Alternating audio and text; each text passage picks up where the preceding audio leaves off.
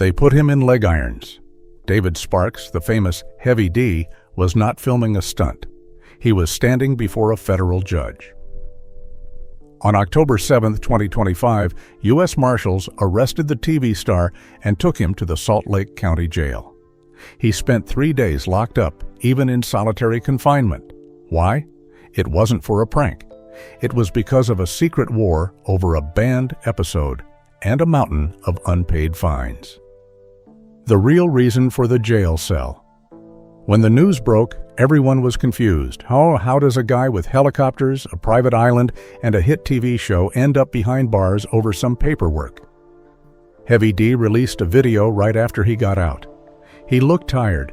He tried to tell his fans that this was a victory.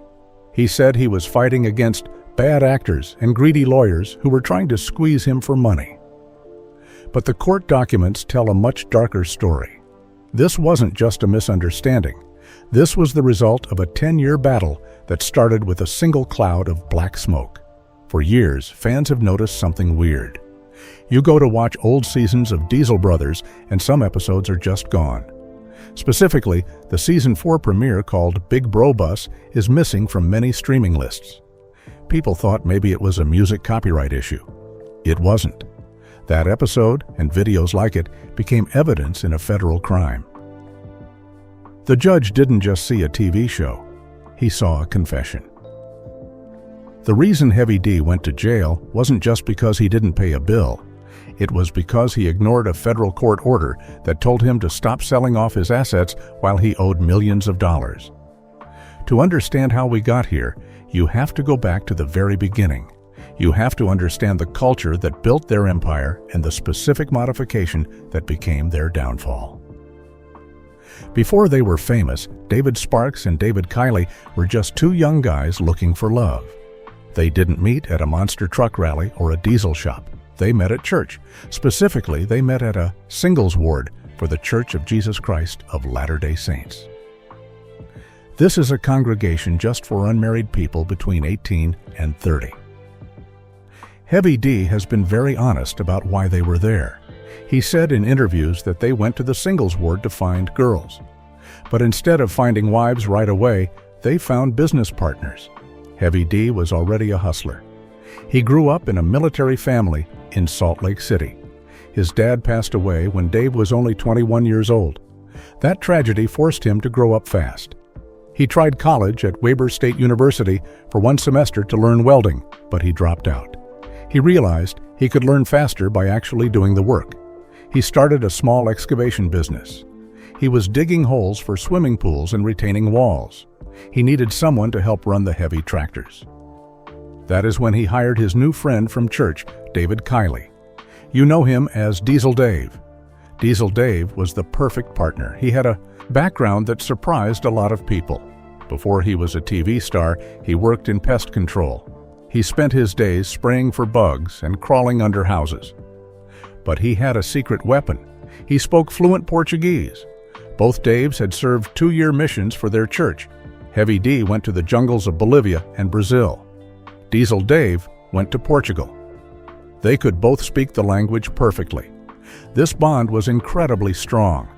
They were used to hard work, strict rules, and talking to strangers. They started flipping cars on the side to make extra cash. They would buy a beat-up truck, fix it, and sell it. But they needed a way to advertise. They didn't have money for commercials, so they turned to the internet. They started making videos for YouTube. They weren't trying to be famous yet. They just wanted to sell trucks. But the videos were wild. They did pranks. They drove trucks through lakes. And most importantly, they made the trucks blow massive clouds of black smoke. This smoke was their signature. It was cool. It was rebellious. It made them look tough. The internet ate it up. Millions of views started rolling in. That is when the phone rang. It was the Discovery Channel. At first, the Daves thought it was a scam. They actually ignored the TV producers for 6 months. They thought someone was playing a prank on them. But eventually, they signed the deal. Diesel Brothers was born. They went from digging holes to being international celebrities. But they didn't know that the very thing that made them famous, that black smoke, was illegal. The smoking gun. What is rolling coal? To understand the lawsuit, you have to understand the mechanics of a diesel engine. A modern diesel truck is a clean machine.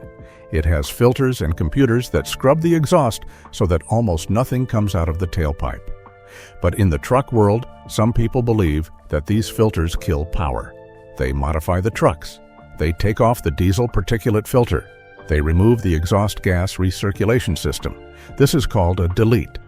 When you delete these systems and reprogram the computer, you can dump massive amounts of fuel into the engine.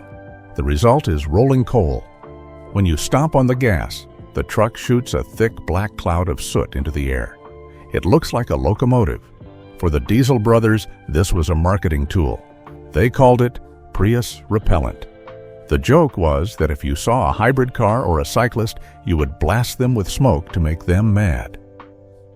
It was a symbol of rebellion against environmentalists. They sold delete kits online. They sold tuners that let you change the truck's computer. They made videos showing exactly how to do it. One video in particular became famous. It showed a modified truck pulling up next to a Toyota Prius and covering it in black smoke. The fans loved it. It was funny. It was edgy. But to a group of doctors in Utah, it wasn't funny at all. It was a health hazard. This is why the Big Bros bus episode from Season 4 is so hard to find now. In that episode, they built a school bus that could drive on sand and water. To get a heavy bus to do that, you often have to mess with the engine. When the legal trouble started, these episodes became evidence. They weren't just entertainment. They were proof that the Diesel brothers were breaking federal law. The doctors strike back. In 2010, a group called Utah Physicians for a Healthy Environment decided they had seen enough. The air quality in Utah is often terrible because of the mountains. The smoke from these trucks stays in the valley and people breathe it in. The doctors said that rolling coal causes asthma, lung disease, and cancer. They filed a lawsuit. This was a citizen suit under the Clean Air Act. This law allows regular people to sue polluters if the government isn't doing its job. Heavy D thought it was a joke. He called the doctors green scum in his videos. He said they were bad actors, just looking for money. He argued that the trucks were for off-road use only. But the doctors were smart. They didn't just complain. They went undercover. They bought a truck directly from the diesel seller's website. It was a modified pickup. They took it to a certified laboratory in Denver, Colorado, and hooked it up to a testing machine. The results were terrifying. The truck didn't just pollute a little bit more.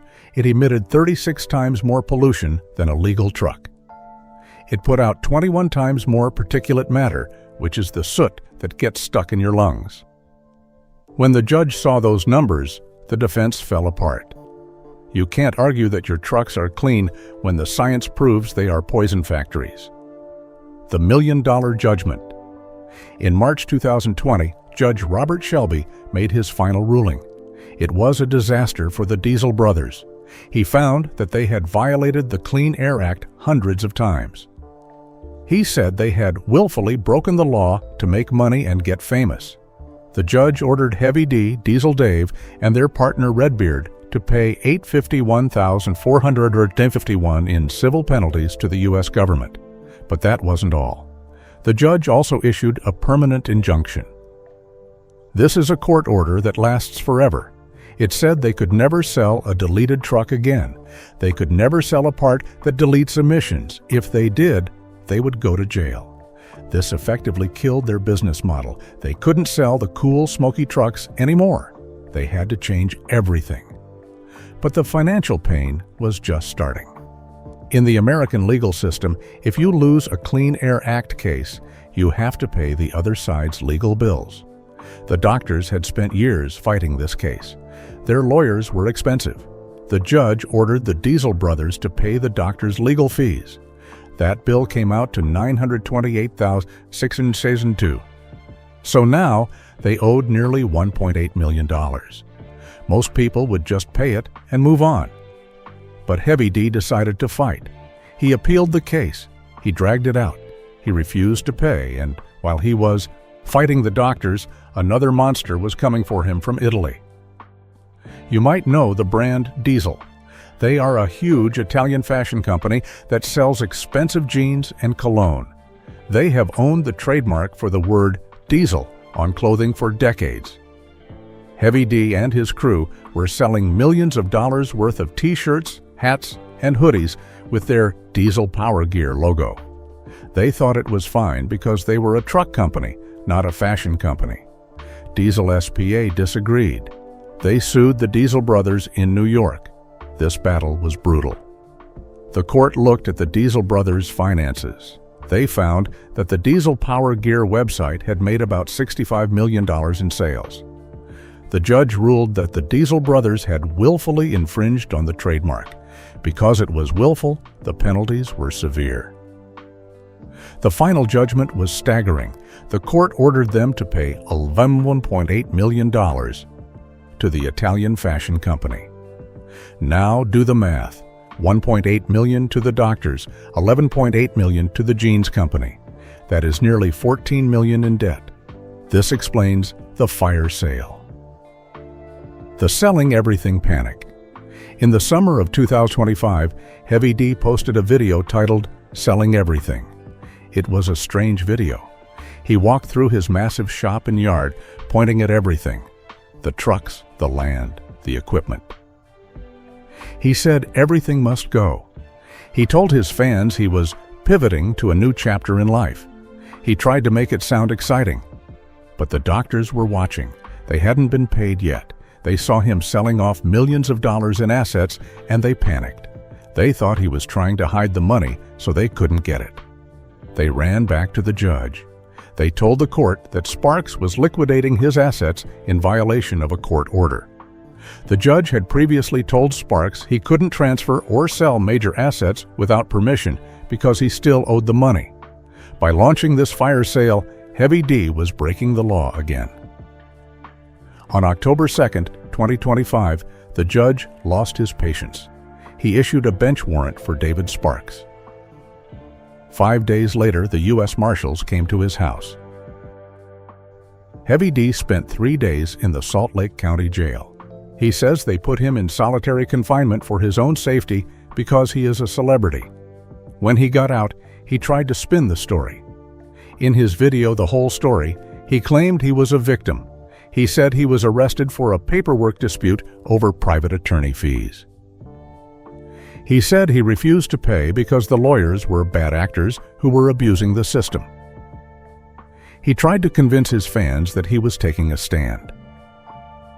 But legally, that argument doesn't hold water. A court order is a court order. If a judge tells you to pay and you have the money but refuse, that is contempt of court. You go to jail until you pay. He was released only after he agreed to provide the court with every single financial document he owns. He has to show them where every penny is. The cast. Where are they now? While Heavy D deals with the courts, what happened to the rest of the Brotherhood? Let's start with the muscle.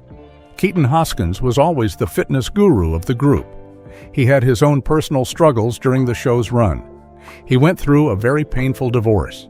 He has spoken openly about how hard it was on his family. He even wrote a book called The Divorce Handbook to help other men navigate the process. But the muscle was smarter than the others when it came to the lawsuit. He saw the writing on the wall. In 2021, while Heavy D and the others were still appealing, the muscle settled. He paid about $83,000 in penalties and $85,000 in legal fees and was dismissed from the case. Because he paid up early, he didn't have to go to jail in 2025. Then there is Redbeard. Josh Stewart is the most mysterious member of the group. With his massive beard and truck skills, he fits the part, but his background is totally different.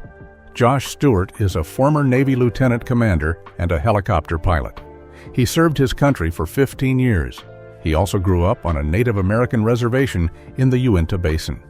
He has talked about how this gave him a deep spiritual connection to nature. Ironically, a man so connected to nature and disciplined by the Navy ended up in a massive environmental lawsuit. Redbeard didn't settle like the Muscle. He stuck with Heavy D. The court held him jointly and severally liable for the fines.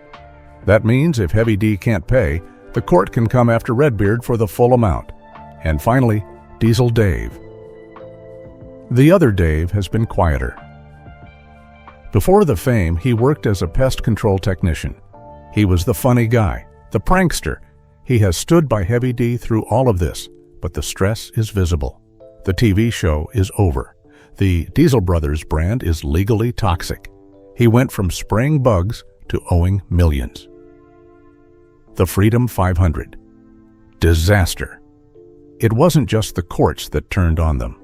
The car community started to turn on them, too. In April 2021, Heavy D was invited to race in the Freedom 500.